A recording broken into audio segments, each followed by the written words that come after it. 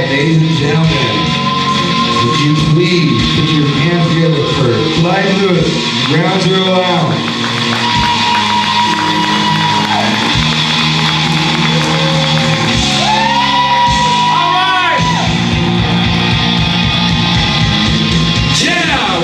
Zero Lounge, I'm Clyde Lewis, and glad to have you all here tonight. Let's hear it loud and proud right outside for everybody for the internet tonight. Yeah, that's right. Get loud. Okay, cool. Now, I want to let you all know that Ground Zero Lounge, of course, is broadcast live on the internet, and we're heard all over the world, so we want to make sure that the new rules here at Ground Zero Lounge are basically adhered to.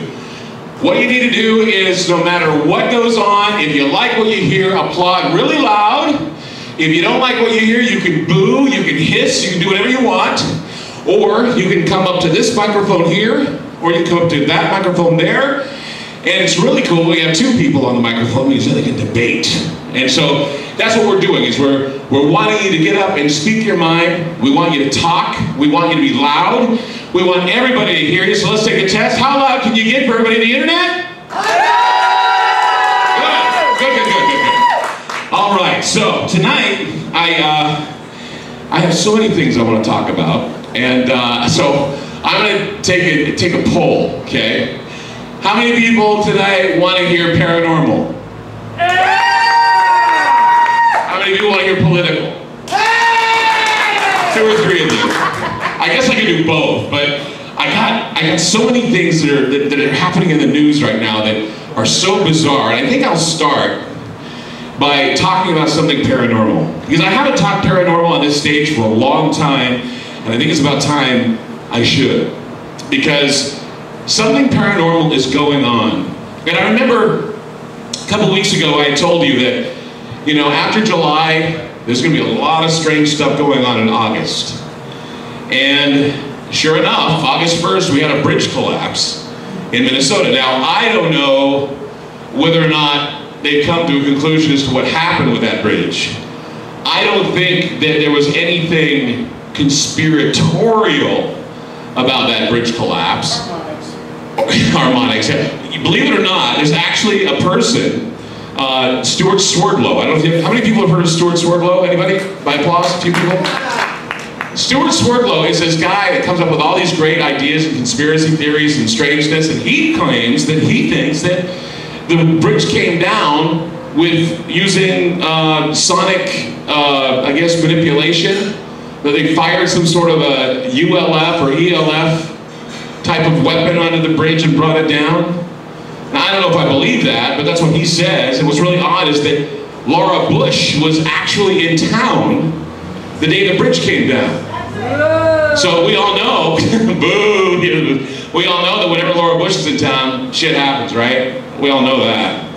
We all know that's true. But so the bridge comes down in Minnesota and Minneapolis, and I'm looking at that and I'm thinking, okay, when was the last bridge collapse of any renown that happened at all, where a number of people perished like this, where it was so horrible and so terrible that people didn't know what to do? And so I did a search on the internet for the last time a bridge like this came down and what happened, and I stumbled upon the story of the Silver Bridge in West Virginia, where 44 people died when the Silver Bridge came down in 1967, okay? Now, for those of you that don't know about the Silver Bridge was a bridge that connected West Virginia, Point Pleasant was the area, and the other was Canoga, Ohio. And it connected those two areas. Now, in 1966, in Point Pleasant, West Virginia, there was a story going around about a creature that was being seen by local people there. And that creature was known as Mothman. Now, Mothman was named after a character in a Batman comic book. Mothman was described as a 6-foot-tall, dark being with no head, 2 eyes in the middle of its chest, and a huge wingspan of about 15 feet. Maybe 20 feet by all accounts. And it was first seen in 1966 by a woman who was driving in her car with her father. And they had pulled up and they saw something standing in the middle of the road, and the eyes in this thing were glowing red. And she claims that the thing swooped up into the sky and it disappeared. And they floored their car. They were so frightened, they floored their car. And the thing swooped back and was following the car. They were going about 120 miles per hour, and the thing kept up with them, flying. Mothman is one of the most frightening, terrifying stories in myth or legend that I've ever read. It's one of my favorite stories because, to me, something, an insect, for example, 6 feet tall with a wingspan of 15 feet gives me the fucking heebie-jeebies. I mean, you know, whenever a moth flaps around in my house, I freak out. You know, you think spiders are scary. Spiders don't scare me as much as something that flips around and can fly up into my hair and in my eyes. But imagine something 6 feet tall doing that. Well, people in Point Pleasant were seeing that. They were seeing a 6 foot tall, 15, 20 foot wingspan creature with red eyes, and it was terrorizing. It was terrorizing this house, terrorizing these people, terrorizing. Now, a guy had a dog. I think his name was Newell. His last name was Newell, I believe. He had a dog, and his dog was actually killed by this creature. And a lot of people were beginning to see this creature. For 13 months, this creature, Mothman, was being seen everywhere in Point Pleasant.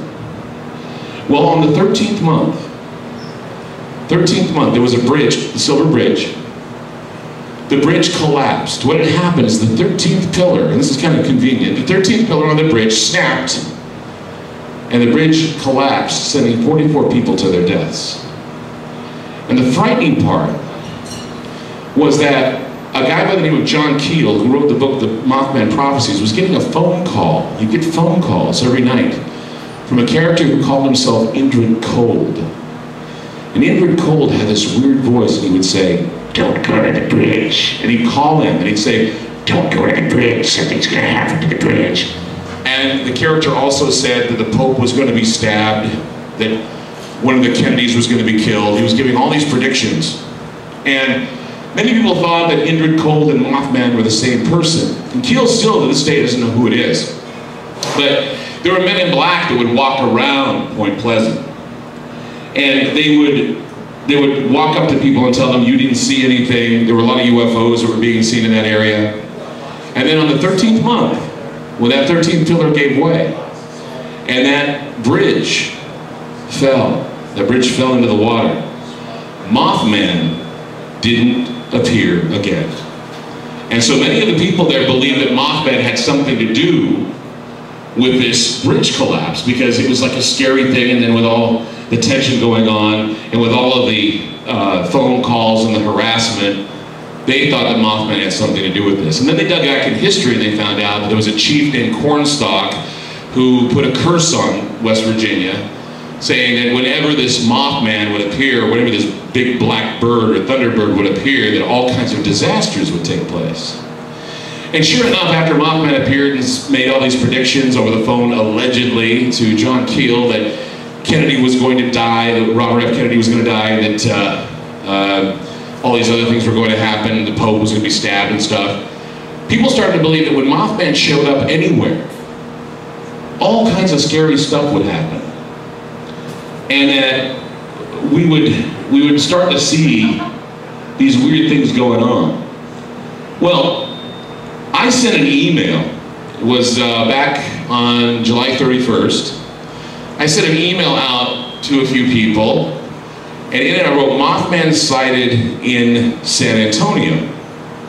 Now you can go home tonight and type in your Google search engine, "big black bird sighted in San Antonio." A guy who was doing his paper route said that he saw this strange creature that was 6 feet tall with a wingspan of about 20 feet flying around in his neighborhood. Flying around now, these types of stories of thunderbirds and scary birds and these big ugly black birds have been talked about for centuries. The Chinese have talked about it. They talked about the dragon men who would fly over, they'd see the dragon men fly, and if they did, that would be a portent for death, or that would be a harbinger for death. The Irish and the Scots, the Celtics, they all have this story of the Banshee. And the Banshee is a female being that flies around, and when she comes down, she screams, and then if you hear the scream of the Banshee, you're dead. pretty much. And the American Indians also talk about the flying thunderbirds and how when they fly over, the reason why they call them the thunderbirds is because when they flap their wings, it sounds like thunder in the skies and it causes a rumble. So in San Antonio, Texas, it has been reported, and at least for the past 6 months, it's been reported that a strange bird-like creature, similar to Mothman, has been seen. Now, it wasn't until the 30th, 31st, around there, that KENZ, or KENS, I believe, Channel 5 in San Antonio, Texas, finally got the nerve to report that people had been seeing this strange creature flying around in San Antonio. Now, 2 days later, the bridge collapsed in Minneapolis. Minneapolis, the bridge is the I-35 bridge. It connects the University of Minneapolis with Minneapolis itself, and then it crosses into I-94, goes into St. Paul. So it's Minneapolis, St. Paul, and then the University of Minneapolis, in fact, the Twins were playing their game. They decided to play their game after the bridge came down, so it really didn't faze them. They decided to play the game anyway. But what's really odd to me is this moth story, or this bird story being reported in the news, and then having all of this weird stuff going down. And so I thought, well, okay, I sent out an email saying, okay, Mothman sighted, look out for falling bridges, or look out for horrible disasters, this bridge thing happens. And I'm thinking, wow, that's a coincidence. But it happened in San Antonio, right? So if it happened in San Antonio, it really didn't make a difference, because I was telling everybody, look for a disaster in San Antonio. I didn't know that a bridge in Minneapolis was going to come down after we had that story about the Mothman, right? Or the creature in San Antonio. So I did some digging and I found some very interesting coincidences about this Mothman, or this type of, this being, or this creature. For example, the bridge that came down in Minneapolis was I-35W. The Silver Bridge, when it came down, was I-35 as well. Now, they're not connected, but they were both I-35s, which is kind of a coincidence, okay? Both bridges, when they came down, were roughly 40 years old. The incident of the bridge coming down in Minneapolis was almost 40 years, it'll be 40 years this December, the anniversary of Mothman, or 41 years, about 39, 40 years between the two.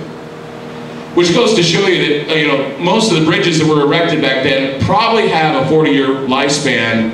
And I think that when you cross the Selwood Bridge, you should start saying things like, I think I can, I think I can, I think I can, right? Yeah, definitely.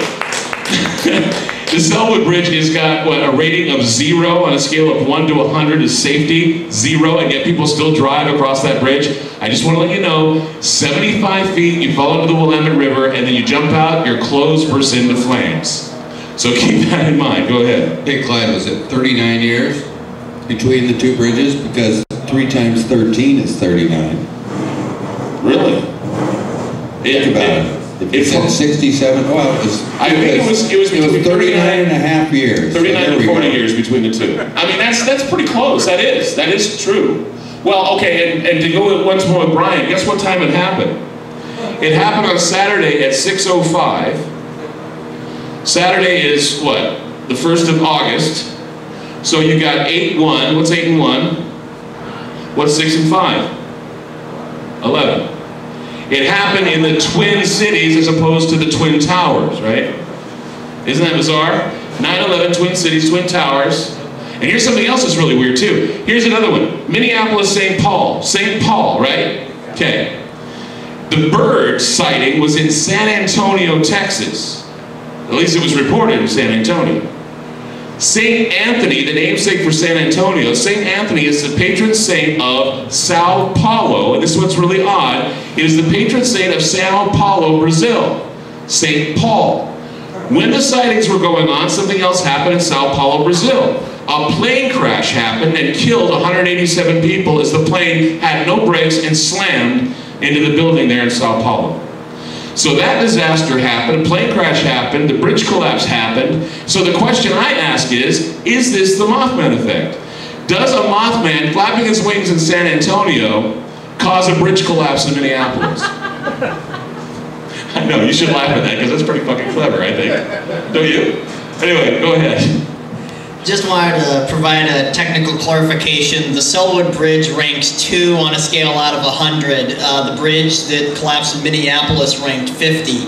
And something very interesting was, according to the news reports, back in 1990, the bridge in Minneapolis was getting written into in reports by, by saying, okay, something needs to be done about this bridge or it may collapse. Well, about 1989, they were saying the same thing about the Selwood Bridge, that something needed to be done about it or it was going to fall down. Just goes to show you that they need to do something. Well, I want to let you know, just so you know, and it wasn't reported in the news, the I-35W bridge in Minneapolis, they were working on it, and they were trying to repair it. They closed one lane the day before. And so I kind of think that maybe what happened is that some construction worker's last words were, "Hold my beer, I want you to see this." That's basically the last thing he said. Because it just seems to me that they were working on it. Maybe there was some sort of a crack or something gave way in the metal, which caused it to fall. That's the logical thing. But see, there's a lot of paranormal coincidence here that I'm trying to point out, which is, you know, cause and effect, maybe not, but still. You know, you gotta understand, the last major bridge disaster was the Silver Bridge, and Mothman appeared. So you have this creature in San Antonio that appears, and it's flying around, and people are scared of it, and then all of a sudden this bridge collapses. So it's that imagery. Okay, either that's intentional imagery that's being done, or it's a coincidence. Sarah, do you want to say something? I changed my mind. You sure? I changed my mind. Okay, go ahead. Fine. Anyway, but the coincidence is there. Now here's something that gets even weirder. Okay. So Mothman, or the character of the black bird, or the black bird, the omen of death, or whatever you want to call it, showed up at Chernobyl.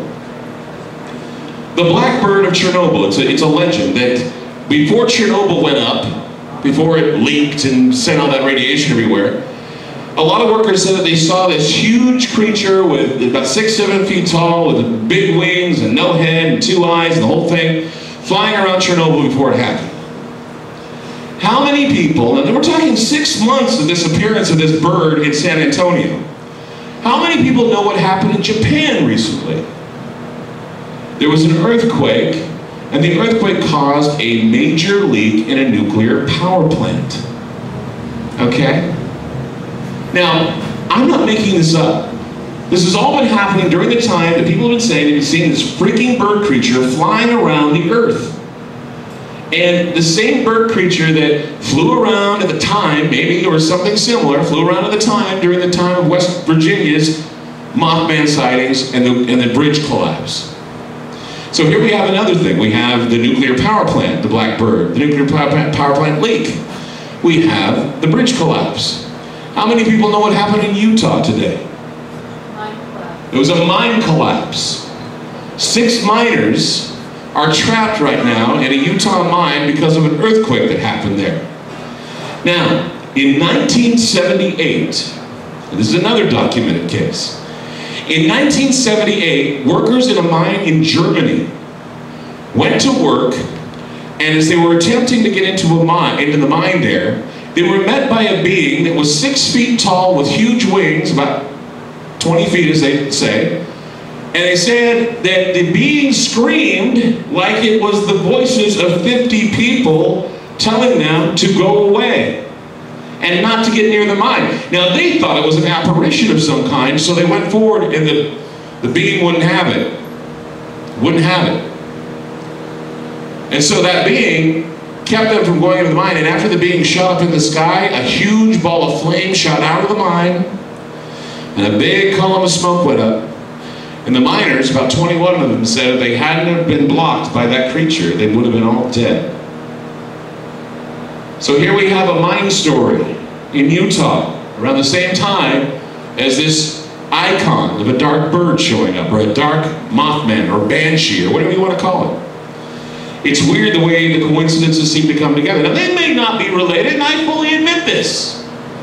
But it's a different aside. It's a paranormal aside. It's the idea that this is where you look at. You look at certain circumstances and you ask yourself, are these circumstances connected? Do we see these circumstances and can we see the signs and the wonders and pick them out and say that they may apply? They may not apply, and I'm perfectly willing to admit it. But here's something else. 2 months prior to the attack on America, 9/11, there was a report of a Mothman sighting in Philadelphia. A young man who was watching a diesel truck go by on a highway said that Mothman was keeping up with this diesel truck. He said it was a creature that had a large wingspan, 6 feet tall, eyes in the middle of his chest, flying around over this truck. And he was freaked out by it. What happened in Philadelphia? What happened in that area near Philadelphia? Plane went down. People say that they also saw Mothman in New York prior to 9/11. Flying around. In fact, you can do a search engine, go in, they have a picture of what appears to be a huge bird or a huge humanoid looking like bird flying around after the towers even come down. They have pictures and people are saying, well, it could have been a bird, could have been something else, whatever, but it looks like something huge flying in the sky. Now, regardless of what you may think about birds or Mothman or demon-winged beings or what have you, blackbirds, crows, ravens, big birds that come down, that fly out there have always been harbingers for that sort of thing. Vultures circle you when you're dying. When you're walking through the desert, the vultures circle. They're ready to pounce. Crows have often been associated with death. That's why you have a murder of crows. You have the raven. You've heard Edgar Allan Poe talk about the raven and how these birds, even in the movie War of the Worlds, anybody remember what happened when the tripods started dying? The birds all gathered around the tripods and was attacking the tripods, and that's how they knew the tripods were vulnerable, because they knew that if the birds were gathering around them, they were going to come down. How many people have heard in the news about the birds that fall out of the sky and they've fallen out dead by applause? Yeah. Now, they have not come up with an explanation about why this is happening. What's that? What? I can't hear you. You gotta go to the microphone, I can't hear you. When the birds start falling out of the sky, when birds are unexplainably dying or they're getting lost or what have you, you gotta pay attention to that. When people start seeing these bird anomalies, these huge birds, you gotta pay attention to that. Regardless of what it may be. It could be a sandhill crane, it could be an owl, it could be, hell, it could be a turkey vulture for all we know. But if they're showing up and people are seeing them and they're reading in them, they're filling in the blanks like I just did now, then obviously they feel that something is about to go down. And with the way the government's been the past couple weeks, and the way things have been happening, yeah. I was on the net today and I watched some guy, I can't remember his name offhand, but he basically had a meltdown on TV regarding the market, regarding the stock market. He actually blew up on TV and they couldn't get him to calm down because he sees the market is falling. So we see our market falling, we see our president losing his popularity, and it's happening. It's almost like, what, they even did a poll and they found out, a Zogby poll, they found out that we don't even approve what Congress is doing right now. 93% say that they don't approve of what Congress is doing right now. When you have a group of people that are all worked up and they're seeing these things and all these weird things are going on, it's kind of, I guess, not surprising that we're seeing these things happen in the world. You know, nobody really heard the news, but I heard it. In Goose Creek, South Carolina, they actually pulled over a van, and in that van was explosives. There were 2 Middle Eastern men driving that van. That was only one van that they found in Goose Creek. Okay? Goose Creek. And it didn't make the big news, it just made the news, and it was kind of one of these fleeting things. I didn't see it on Drudge Report, I haven't seen it on any of the other websites, but it happened. And so, what else has been going on that hasn't been caught? What else has gotten in there that hasn't been caught? And then how many people have been paying attention to what is being said by our Congress? What is being said about, what is being said by our Democratic candidates? And you still believe that these guys are going to change everything? I asked that question 2 weeks ago, and I had a contingency of people who applauded and said, yes, I believe that if I vote in a Democrat, I'm going to change the world. I'm going to change this country. Well, you know what? It was your Democratic group that recently voted that now the National Security Agency doesn't have to have a warrant to tap your phone. It's over, people. They now have decided to crack under the pressure of the president. Now, what do you think of that? I think it sucks, actually. And the Democrats rolled over. Not only that, the Democrats rolled over, but they're so afraid that something bad is going to happen that they're afraid to vote against something like that. So they're so afraid, or they know that something bad is going to happen. Exactly. I mean, I just brought up a paranormal scenario that may be full of shit for all we know, but I'll tell you what. Something's going to happen. Oh, of course. Trent Lott went so far as to say, I think everybody in Washington, D.C. should clear out until after September 11th. He literally said that. Okay? What did Newt Gingrich say? Did you get what Newt Gingrich said? No. Oh my God, I was in a McDonald's, okay? Jim, remember when we were at McDonald's? Okay, I did it again. I did it with Sarah. I was at McDonald's. I couldn't believe it. I thought I was on Planet Claire or Weird Planet or something. This guy, I guess his name's Mike Sanchez. He's sitting here doing the news for idiots. And he's saying, Newt Gingrich says today that the war on terror is bogus. Newt Gingrich has said that the war on terror is bogus. Yes, he said that all of Bush's rationales behind his war on terror are completely ridiculous. Newt Gingrich? Newt Gingrich said this. I thought, am I dreaming? Hillary Clinton's on video. She says, I'm not the kind of person that would accept money from any special interest group. Everybody booed her ass. I'm thinking, damn, you should have lynched her right there. I mean, come on, people. It's getting to the point where they don't even have to fake it anymore. They don't have to fake anything anymore because they know that we're all going to roll over and play dead and pretend like it's not real. It's as much of a fairy tale as Mothman. They're going to say, oh, it's just a big conspiracy theory. Don't believe it. It's not a theory anymore.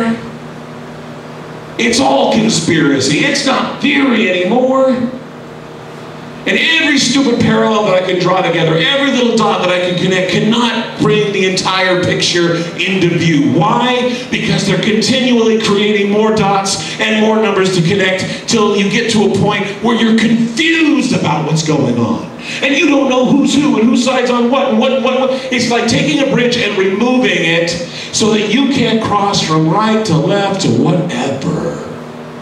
They're separating. It's a big metaphor for the separation of how we are. It's the division, just like when the towers came down and just like when you see the two areas dividing up. I'd hate to think that it would happen here in the Northwest where we can't go to the east side or the west side because our bridges are down. What an easy way to cripple someplace than a place that is divided by a river.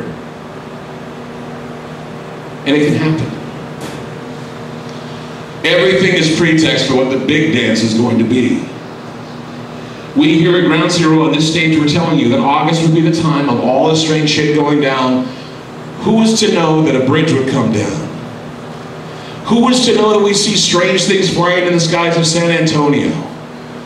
Who was to know that we're having earthquakes in strange places that are causing these things to happen? Who was to know that we would hear sonic booms prior to this bridge coming down, which people report they heard? Same with the Silver Bridge. Who was to know that, conveniently, Laura Bush would be in town when that bridge comes down? I don't know what it all means. I don't know what it all means, but it certainly is weird. It certainly is strange. And when I talked last week about this denial that we're in, about this pathological denial, I meant that, yeah, we're all in denial about a lot of things. We're in denial about our health. We're in denial about all the simple things. We're in denial thinking that we have enough money to spend on certain things and we don't have it. There are a lot of things that we are in denial in, but one of the things that pathological denial is the idea that the evidence is so overwhelming and people still believe something else. The evidence is so overwhelming that there are no weapons of mass destruction. The evidence is so overwhelming that what we're doing in Iraq is wrong. The evidence is so overwhelming that we're seeing all these things happening, like a union of both Canada, Mexico, and the United States, the North American Union, the dollar falling, the market dropping, and then a new currency being introduced. And then we start fingerprinting and chipping people, and we start putting them in camps if they don't apply or comply to what they need. Did you know that today they announced that English children in Great Britain are now going to be fingerprinted and chipped for a biometric database that began today? Now, what is the first thing they did in Britain when crime started going up? They started installing what? Cameras. Cameras. And now police officers have cameras on their bodies too. They follow people around with cameras. What are they planning on doing here in Portland? They're planning on installing in what? More cameras. And people want them. 73% of a poll being taken said, we want more cameras because we want to prevent crime. How many people believe that cameras prevent crime? How many people believe that cameras deter crime? They don't. Crime still happens even though the cameras are there, and they think that cameras are going to be there to prosecute criminals. Sometimes cameras cannot be used as evidence in a court of law. I just want to point to you Exhibit A, Rodney fucking King. So if you think the camera being posted everywhere is going to prevent your ass from going to jail or make someone go to jail, you got another thing coming. The camera is there because they want to make sure that you're not doing anything that's going to put them in jeopardy. When I talk about them, I'm talking about the bigwigs who have the money to make the laws to tell you that this is how you're supposed to tap dance because they have the money that says you're going to tap dance to there too. And they're going to do it. It starts with cameras, it starts with a biometric type of thing that they want to put in England now with the kids. They say that now kids will be able to put their hand over some sort of a scanner so they can get their school lunch. Boy, that's convenience, isn't it? Now you go to your local Burger King and take your fat hand and put it over the damn thing for your double Whopper with cheese. Boy, that's convenient, isn't it? And then they will use that same chip to monitor you when you have your heart attack and to monitor you when you have your stroke, and they will use that same chip to mark you when you die. Yes. Have you noticed the Visa commercials? No. How everything runs smoothly when everybody's using their Visa debit cards. Yeah. And then somebody screws up this whole situation by coming out with a checkbook or coming out with cash. Exactly. That's exactly. I've seen that commercial. He's very right. There is a commercial out right now with Visa where if you know, it shows these people in line, and it's like the New York breakfast where you get it, you give the announcement, they give it to you like 30 seconds after you get it. And everybody's getting their food, and it's all going well, and some guy throws out $2 or $3, and the whole place just comes apart. Basically making you feel like this if you decide to use cash or currency. A cashless society in the works. They want to condition you for this. They want you to condition yourselves for the biometric society. Now, I don't know if it's evil or not, but I certainly don't want to have myself being cataloged or put in some place because my DNA isn't the right kind of DNA. And then, when science becomes political, which it's becoming more and more, think about this. Remember I did that big speech, that big thing about how we shouldn't let science get political? Well, how much political bullshit can you get from stem cell research, global warming, and what else? Cloning. All of this stuff becomes a political science lesson where science and politics get together and they decide that this is good for the world. There was another time that we used science and politics to create something called genetic purification, eugenics, where they decided that retarded people wouldn't reproduce, so they sterilized a group of people. They did the same thing. Hitler did the same thing with the Jews. It starts with, well, their blood isn't the same as our blood. Their skin is not the same as our skin. Our eyes are blue. Their eyes are brown. Let's put them to death. See, this is where it all begins, people. It begins with an idea. It begins with, oh, this won't hurt a bit, will it? The slippery slope. And it's all crazy. It's all crazy, paranormal, and conspiratorial. That's never going to happen, but yet it happens every day. And people are in denial. Back to a paranormal story. I just interviewed Jim Sparks. He's the author of the book The Keepers. I actually interviewed him last week on the Ground Zero show. Ground Zero, of course, is now doing a show every week. It's on ideocast.com. Give them a hand for producing us. I really appreciate that. They also bring you this show online as well. But I interviewed Jim. And Jim was an abductee. He wrote a book called The Keepers. You can get the book at jim-sparks.com. It's a great book. Get a hold of it. Because it was the first time I interviewed an abductee who I really, truly think had something happen to him that was unexplainable. Because he answered every one of my questions, and I got deep into the subject matter, and he was really grateful that I did it, because all the rest of the guys just kind of skimmed across the surface because they're afraid to get into the real icky stuff about alien abduction, the real icky stuff about abuse, the real icky stuff about sexual abuse, which happens every time a person's abducted, pretty much. And Jim told me, he said that first of all, what he experienced was a pulling. He called the pull. The pulling, where he was pulled in. First he was pulled in, he was compelled to be pulled in, and he fought, but then he thought, I can't fight anymore, so when he pulled into this, he was put on some sort of a craft, he said, some sort of laboratory where the Greys were, they were working on him and all this other stuff, and then the Greys would tell him, look, we want you to trace these symbols. And when he refused to trace the symbols, they increased the pressure in the room till his head started hurting, and then he felt like he had to do it. So the pressure was on for him to do it, and it made it almost impossible for him to breathe and to survive, so he did it because he was afraid he was going to die. And then when he did do it, and he complied, he actually felt sexual euphoria. He felt some gratification from doing it. He was rewarded for what he was doing.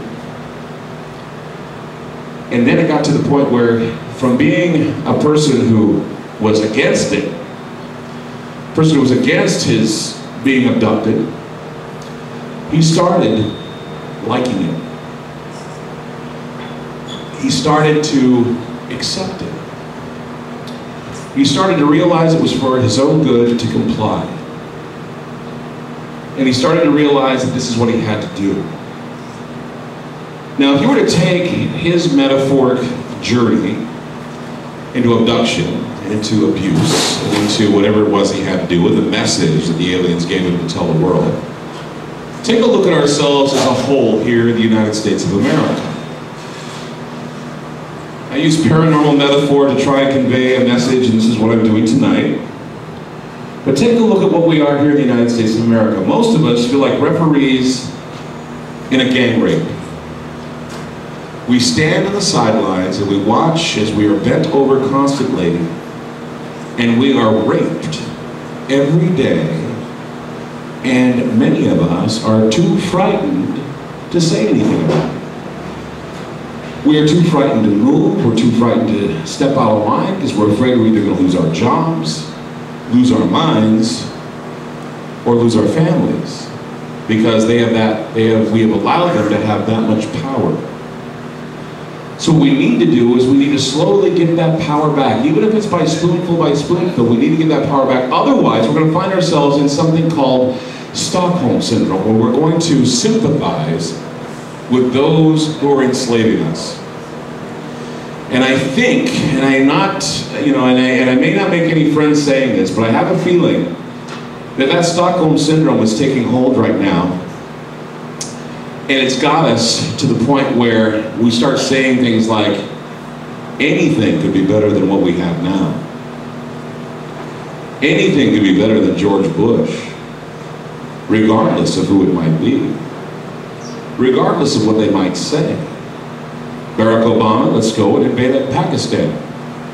Hillary Clinton, I don't take any bribes, or I don't take any help from any special interest groups. I don't want war. I'm a peace president. Although I okayed the war in Iraq, I'm right behind everybody else in the hanging of Saddam Hussein. Yeah, Saddam Hussein is an evil man. We eliminated him. It was the one that we wanted to go after. But whatever happened to Osama bin Laden? Who? Osama bin Laden. Oh yeah, Osama bin Laden. Okay. Once again, that pathological denial that we're in, where the evidence is overwhelming that this guy's probably dead or missing or what have you, but we still fight the war in Afghanistan, the war that we've forgotten. We all seem to hear about Iraq and also the Republican Party, the party that we've forgotten. We don't hear about them either. We hear more about the Democrats than we do the Republicans. The only Republican you hear about is Ron Paul. That's only because people were late getting on his bandwagon, because I think he was running for president, what, a couple years ago? No one gave a shit. Now everybody's like rallying behind him. Yay! Dennis Kucinich, yay! Whatever happened to him? See, politics are stupid. Politics are folly. Politics are the rewarding of fools, and we reward them with our votes and our money. And pretty soon it's going to get to the point where we're going to have to stop doing that. And that's the only way they're going to get the message, is if we stop doing that. Now, there are ways to do that. There are ways to stock up and prepare yourself for what might happen. But as Brian said at this microphone here, something is happening. And as I said 2 weeks ago on this stage, as Hagrid says in the Order of the Phoenix, let's get to that in a minute. Order of the Phoenix. There's a storm coming and you best be prepared. He says that in that movie, and that struck me as really, really important. A storm is coming and you best be prepared. In the Order of the Phoenix. Once again, we talk about a bird that rises up. That bird image is back again with the Phoenix. 2 helicopters collide over Phoenix. Phoenix, Phoenix, Phoenix. 10 years ago, there were UFOs over Phoenix. The Phoenix rises again, whatever that may be. So there may be something happening where we have to have that ash, that destruction, in order to rise up and be very victorious in what it is we do, solid in our resolve. But are we that solid in our resolve when we're in denial about what really is happening? Think about it. Are we really that resolved to get the job done? Many of us are powerless. Many of us can't do anything. But what we can do, as I've said before, is we can get together and we can stand for what is right and what is constitutionally correct. If we say that we're gathering together for the sole purpose of enforcing and honoring constitutional law, then they have no reason to arrest us. And if they do, they are violating the Constitution. I was at work today. This guy named George, who was in the hurricane. He's in Hurricane Katrina, and it's relocated here to the United States. I mean, here to Portland, rather. Yeah, here, whatever. Portland. And he was sitting behind me today, and he says, I want to get online so I can see if the world's blown up or not. And I looked at him, and I said, that's kind of funny. That sounds like something coming out of my mouth. And I said to him, do you remember when you were a kid, when you were told that all of this was wrong? And he says, yeah. He says, I read Orwell when I was a teenager. And he says, man, I'm scared to death. I said, yeah, me too. I remember when I was a kid, my teacher, I had a teacher named Mrs. Johnson who went to Russia during Soviet Russia, and she was showing pictures of the checkpoints and the gates and being inspected and having your records looked at, your IDs looked at, and being on camera, being under surveillance and all those other things. And I'm thinking to myself, you know, when I was in the 2nd grade, and Mrs. Johnson showed me that, I thought, this was bad. This is the worst. I don't ever want to be in a country that's like that. Well, now I'm 43 years old, and I'm in a country that's like that. I'm in a country that's like that, and it's being done because it has the sole support of people who are so afraid they don't know what to do. And it's because they turn on the news every night and they hear how scary it is. But the truth is, no one tells them that it's always been scary. It's always been scary. The boogeymen have always been under the bed. The silver vases have always pressed up against the window. And the Middle Eastern people, they were always bad. At least that's what we were told when we were kids. The brown people, the black people, the Middle Eastern people, those people who spoke a language that was not like ours were bad people. They didn't worship the God that we worshiped, and that is why we had to say, one nation under God, because we wanted to separate ourselves from the godless heathen that lived on the other side of that which divides us. Once again, the metaphor arrives at the removal of the bridge between who they are and who we are. But the truth is, we're all the same. We all smell the same in the bathroom, we all bleed red, and we all scream and yell when the bombs drop. And then when the bombs drop, we're equal again, because charcoal is charcoal, and we're all equal when it's all burned off. So it's your choice. Either we're all together alive and living together and being happy, or we have to dig deep into the metaphors and dig deep into those things that we fear the most and say, do we really want to live that nightmare? Or do we want to live the dream? I know many of you that have kids want your kids to live that dream. If you don't, at least live it for your children. At least remind them that you're doing everything in your power to make that dream happen for them. That you're not going to take away all the resources. That you're not going to be greedy. That you're going to be generous for them, because that's what's important, because you're going to be dead soon. And they're the ones that are going to have to inherit this planet. And what are we going to leave them? What are we going to leave them? We've gotten to the point where we've forgotten who we truly are, and we've lost our conscience. I've talked about this too. I talked about when you have that voice you hear, and that voice is telling you that this is what needs to be done, and you're doing exactly the opposite of what that voice is telling you. You're denying that very light that's supposed to help you when things get darker. It's that simple. When those boogeymen show up, when those birds fly, when those strange creatures are being talked about in the news, and all those monsters that you thought were fairy tales all come true, what are you going to rely on to get you through all that scariness and all that fear? Are you going to like knuckle under and say, oh my God, I can't take it? Or are you going to gather up some courage and say, wait a minute, I've been through this before, and I know that I can persevere. You know, the word push is an acronym. Persevere until something happens. Push. Keep pushing. That's all you can do, is to keep pushing. Every little bit helps. Spoonful after spoonful, line upon line. That's how it happens.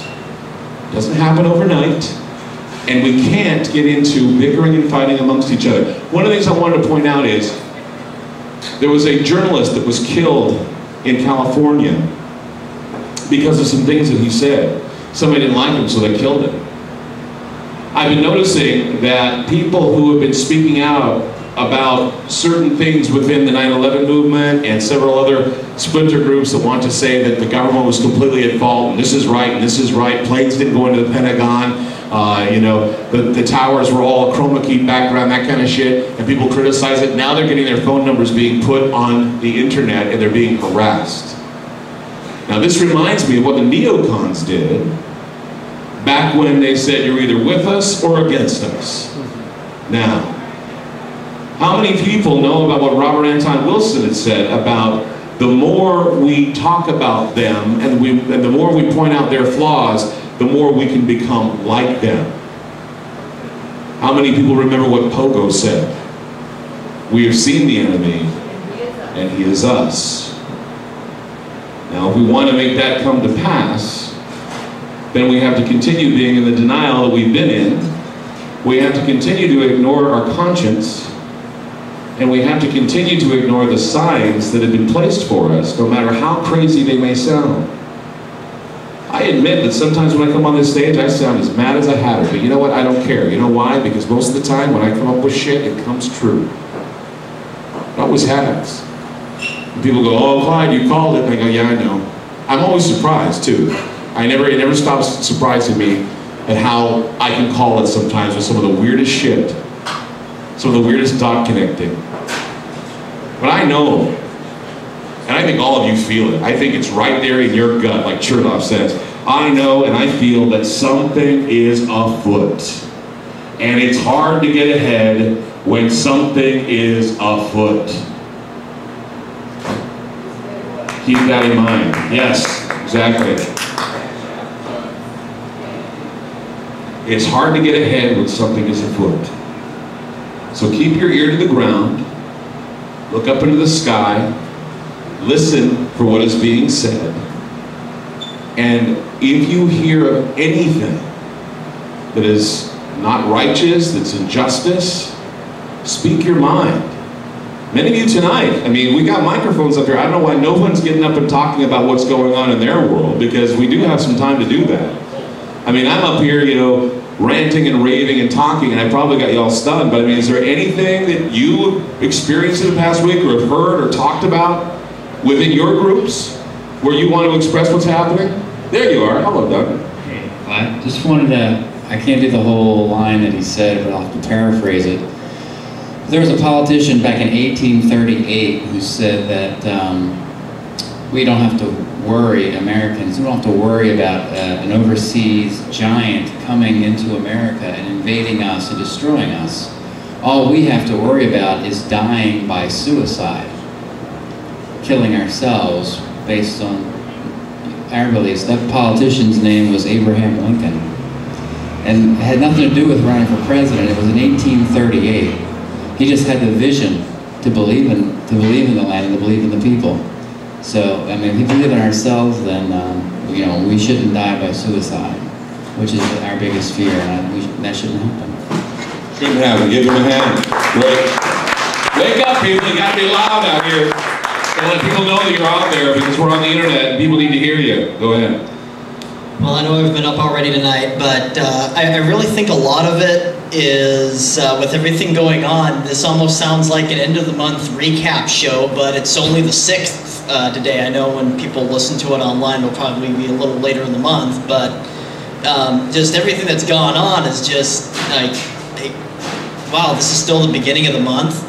That and another thing too about you know, about people just putting up with things is one of the things that also people told, especially when you're young, is put up and shut up. Just, you know, no matter what, you know, you're going to be around tomorrow, so just put up with it and shut up, because you don't want something that, you know, you don't want something to happen to you too, and you know, and there's worse things than death, basically. So. Right. Worse things than death, like witnessing a terrorist attack or the terrorist spectacular that they're planning. So yeah, give him a hand too. It's true. We are definitely, I mean, we have that mindset that, like I said a couple weeks ago, I said right here on the stage, I said, it's no longer these terrorist attacks, it's going to be a terror spectacular. It's going to be a huge event. I mean, it has to top 9/11, otherwise people are not going to just hand over everything. I mean, it came close with 9/11, while it's still in our minds, there's got to be one more thing they have up their sleeve. And it could be something, and it's like it's been said before, it could be something, we don't even have to see it. All we have to be told is that it's there. I just have to sit down with you in a room and look at you for 1 minute and say, oh, by the way, you're looking pale. Not you, Diana. You never look pale, you look ravishing, as usual. But no, I can look at her and say, you're looking pale. You're looking sick. You don't look good. You okay? And if you start suggesting it to someone, eventually they do get sick. And they start feeling crappy.